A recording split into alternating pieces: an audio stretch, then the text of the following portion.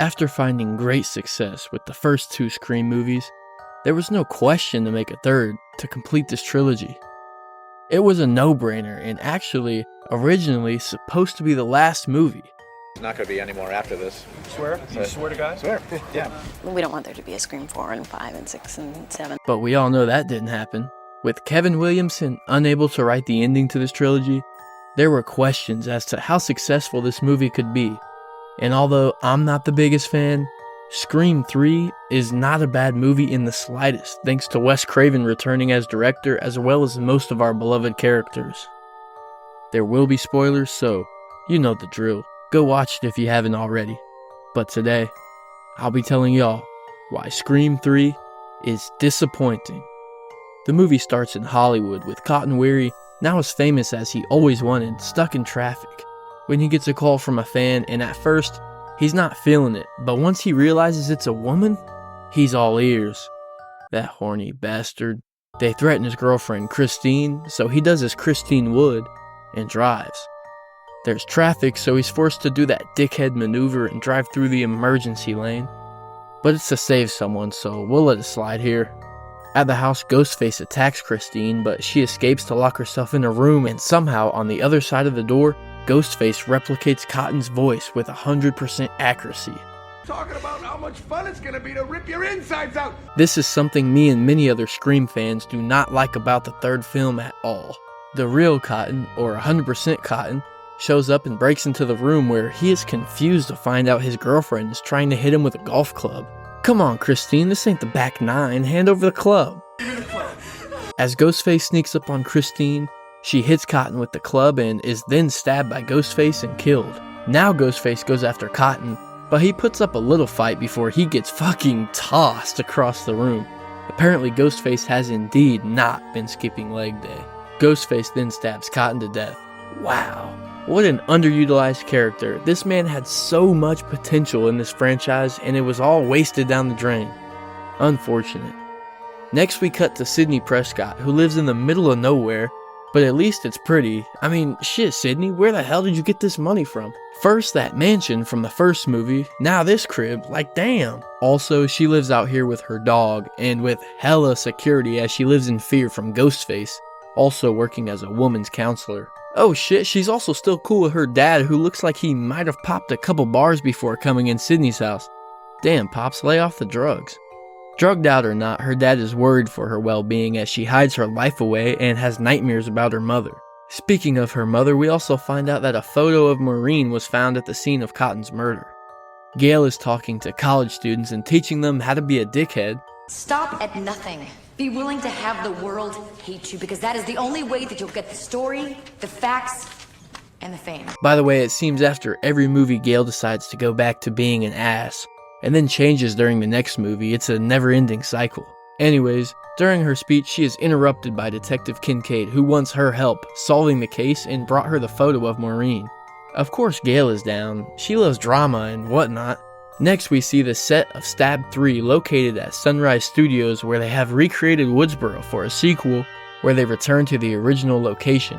Here we see Roman Bridger, the director of Stab, and the rest of the staff speaking on how they will have to shut down production due to the recent murders, and the detectives confirm that the murders are indeed the reason why. He was making a movie called Stab. He was stabbed.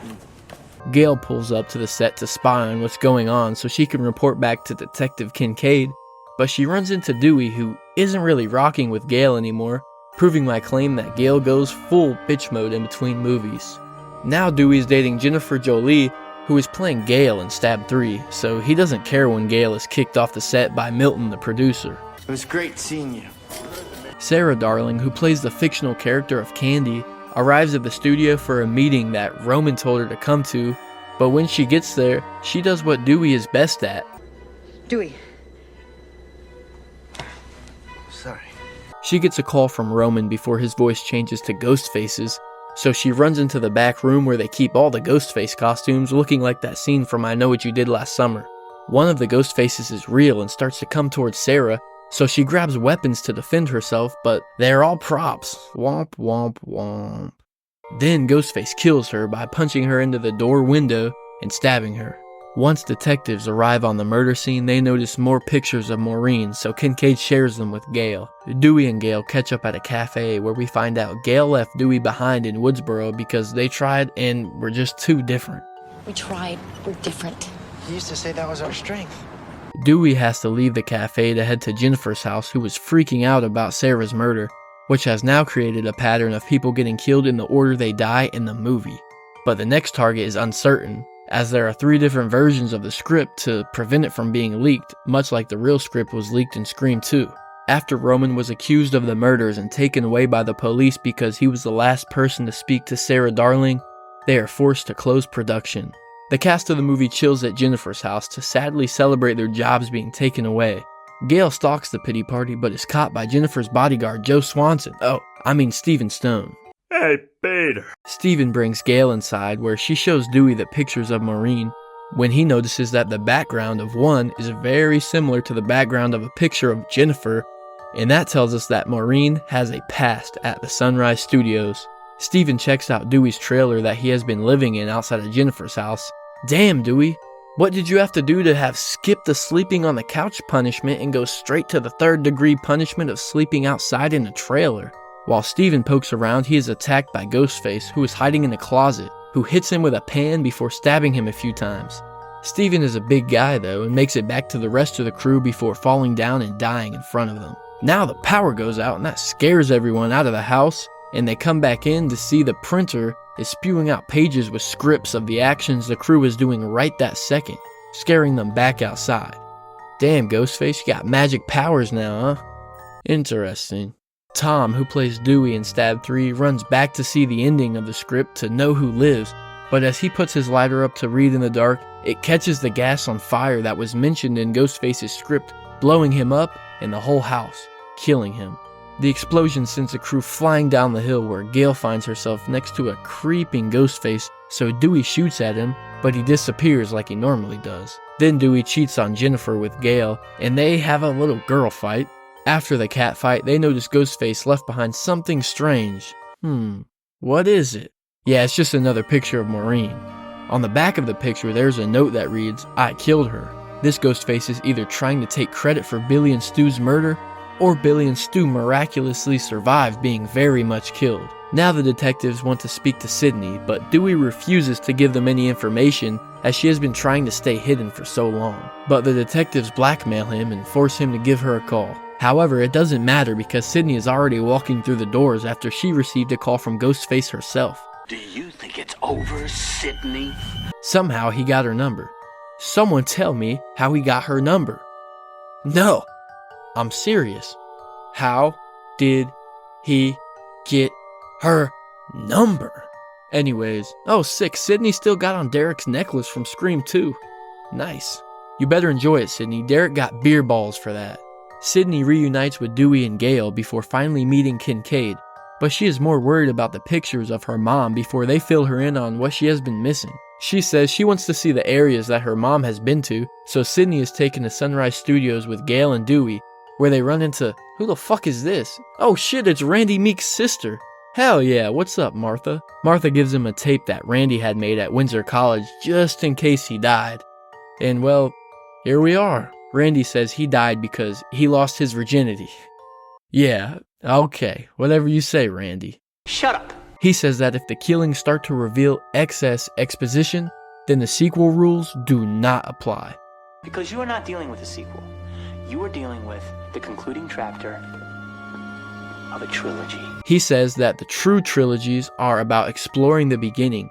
He then gives us the trilogy rules. He says, rule number 1, the killer will be superhuman and you will have to decapitate him or blow him up. Rule number 2, anyone can die. This means you, Sid. I'm sorry. And rule number 3, forget the past because it will come back to bite you in the ass. Martha goes back to Woodsboro and Gale decides to do some investigating on her own. But not too fast, Jennifer wants to come too. Awkward. They follow some steps down the stairs where they find, oh shit, is this Princess Leia? No, it's Bianca, who shows Gale and Jennifer the Sunrise Studio archives where they find out that Maureen Prescott worked in Hollywood 25 years ago under the name Rena Reynolds. Here she acted in 3 horror movies called Amazombies, Space Psycho, and The Creature from the San Andreas Fault. All 3 movies made by John Milton, the man who was the producer of Stab. Sydney runs into Angelina Tyler, who was playing Sydney in Stab before the production was canceled, and she gives heavy killer vibes, and even drops a phone and a Ghostface mask in front of Sydney while acting all creepy and shit. I wanted to make you proud, Sydney. Sydney wanders into the set of Stab 3 where she sees her own home recreated as well as the rest of Woodsboro. She finds herself in her own room, where Ghostface pops out of the window and hit-sticks Sydney and pulls her back onto a picnic table. Come on, Ghostface, not on the snacks. Sydney gets up to run and, yeah, that's right. Let's go! Finally, another Ghostface chase scene. Sydney runs up her stairs just like she did in the first film, but it doesn't end as fun because she just throws Ghostface down onto a mattress and he disappears. How do you teleport, Ghostface? Give me answers. After Sydney is trying to cool down from the chase, she hallucinates her mom, or it's Ghostface using his or her magic voice changer, but I don't know. Let me know what y'all think down in the comments below. Also, she hears Stu. Let's face it, Sydney, your mother was no Sharon Stone. Man, I miss Stu. He's even making me laugh through flashbacks.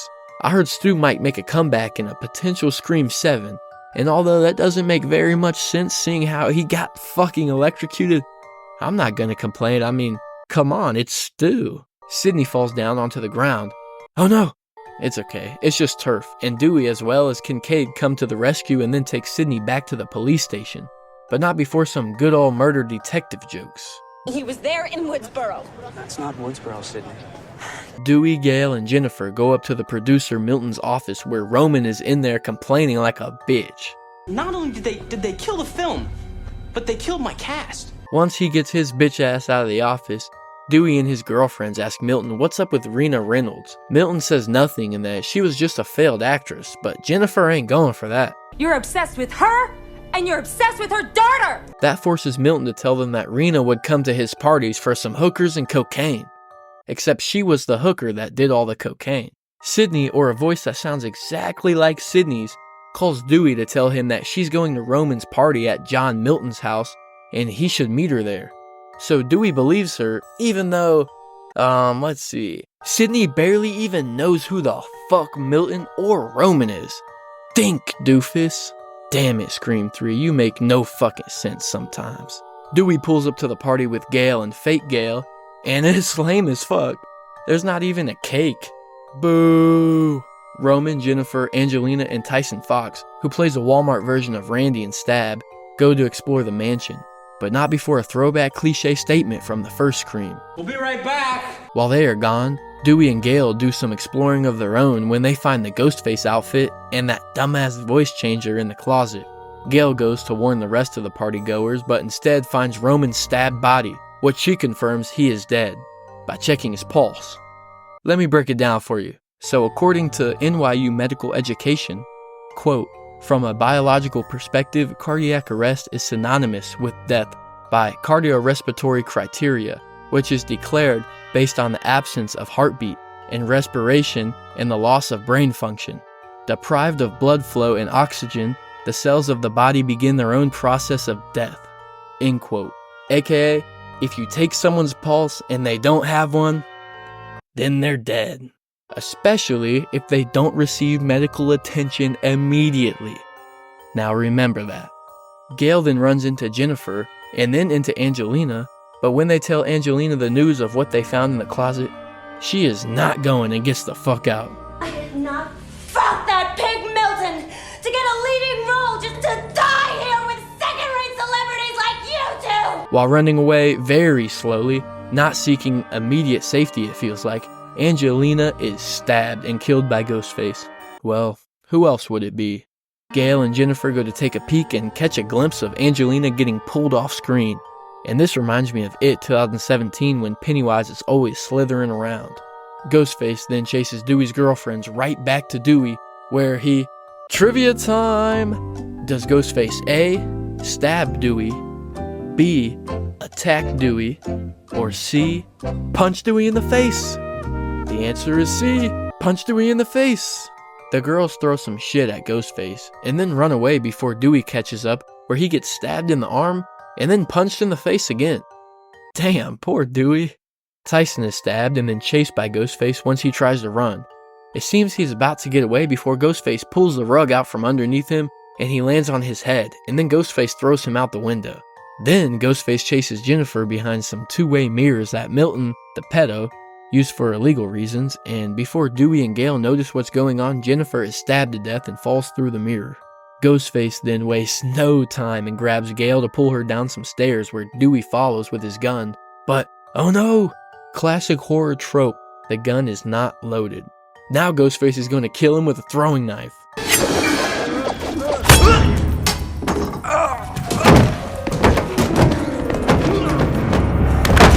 Psych, looks like Ghostface don't know how to throw a fucking knife. Ghostface stands over Gale and Dewey as they lay there defeated before we cut to Sydney in Kincaid's office, who gets a call from Ghostface telling her he has Gale and Dewey hostage.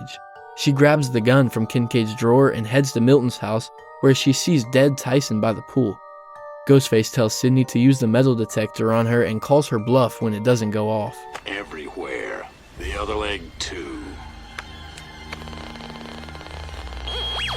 She runs to save Dewey and Gale, but is attacked by Ghostface, but not for too long. She got another one of them things on her and shoots Ghostface while Dewey is loving it. Yeah! But when she goes to look at Ghostface, you'll never guess what happened. He's gone. Kincaid shows up, and that doesn't sit right with Sydney, but it's okay, he's a good guy because he takes a stab from Ghostface for her. Ghostface beats him up and then chases Sydney into the pedo cave, hidden behind some bookshelves. Sydney sees her mom's ghost bag from earlier, and then Ghostface comes out of it and shows his bulletproof vest, and then shows himself. It's Roman Bridger. Roman Bridger, director. Sydney doesn't know who the fuck this guy is, so she's a little confused, but he goes on to explain he is her half-brother, and that he was born from Maureen after she was R-A-P-E-D by Milton. Sydney is still pretty confused, and I don't blame her. It's a pretty shit Ghostface reveal. Roman goes on to say he went to visit Maureen, but she refused him, so he recorded her sleeping with other men and showed Billy the clip of her and his dad's affair, which then led to Billy teaming up with Stu to kill Maureen, which led to the Woodsboro murders, which led to the Windsor murders, which then led to the Sunrise Studio murders. So the guy we, or Sydney, has never met, and also the guy that was dead, according to science, 10 minutes ago, is the reason for all these murders, and the reason for the whole franchise itself. Nice. Roman also has Milton tied up, then uses the voice changer to frame Sydney for what he's about to do. He then slits Milton's throat and kills him. Roman bitches some more about some shit, and then attacks Sydney, and they have a little sibling fight scene while Gale and Dewey try to get into the secret evil lair. Stand back. The power goes out and Kincaid finds Sydney, but not Roman. Oh, there he is. Roman shoots Sydney, but luckily she has dealt with lots of ghost faces in her day and has obviously took a few notes because she's gone. She then pops up and stabs Roman in the back, and then she shows that she also had a bulletproof vest on. Aww, siblings. She stabs him again as he bleeds out, apparently. Oh shit, he's back in a cliche killer fashion as Dewey shoots him many times. Shoot him in the head! There we go, Dewey. Back at Sydney's house, Dewey proposes to Gale with her own book, while Sydney comes back from a walk with her dog. The movie ends with Sydney leaving her security unlocked and doors opened as she watches a movie with Kincaid, Gale, and Dewey, no longer afraid of crazy motherfuckers. I want to start by saying there are no bad Scream movies, however, this is the one that comes the closest. Not saying I don't like this movie by any means, but it is probably my least favorite of the franchise. Yeah, we get our main characters back with Sydney, Dewey, Gale, Cotton for a bit, and even Randy in a VHS tape, but the characters seem much different than the other movies, which remove their charm for me. Sydney is still the same old Sydney, just more sad, but the reason her character didn't work wasn't because of any of her traits, it was just because, she was barely in the fucking movie. Dewey lost all of his silliness that we were brought to love him over. There was really nothing doofus-worthy about him until the end of the movie, really. Gale and Randy are the same old Gale and Randy, nothing to be too angry over there. But Cotton being killed 5 minutes in seemed like a waste, especially since his kill was off-screen. What the fuck? I also thought some of the plot points were very stupid too, like how Dewey listened to Sydney's voice even when he knew she barely knew Milton and didn't know Roman at all. Also, that stupid fucking voice changer that magically matches anyone's voice with 100% accuracy will always piss me off.